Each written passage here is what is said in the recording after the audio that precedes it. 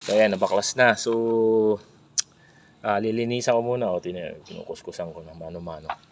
So ito, non-working. Pinatesting ko na kay Kabasyong. Pag magsip-sip, dahan-dahan. Kasi baka mayroong kumalas na parts doon. Lalo na to sira na to eh. Kapag truly na yung wala nang pumipigil, sira na yun. So ito kasi kapag sinipsip, dapat gagalaw to. Ito, dito tayo sa baba yung lower tayo. Ayan.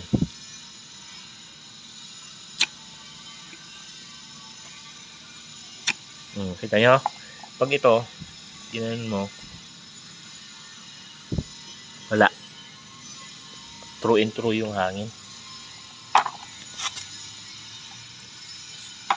So ito yung papalit natin. Mukha siyang marungis pero it can save your car.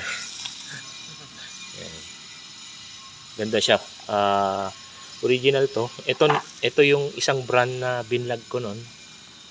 Wala pang 1 year daw eh. So syempre replacement, knowing replacement, palit na tayo.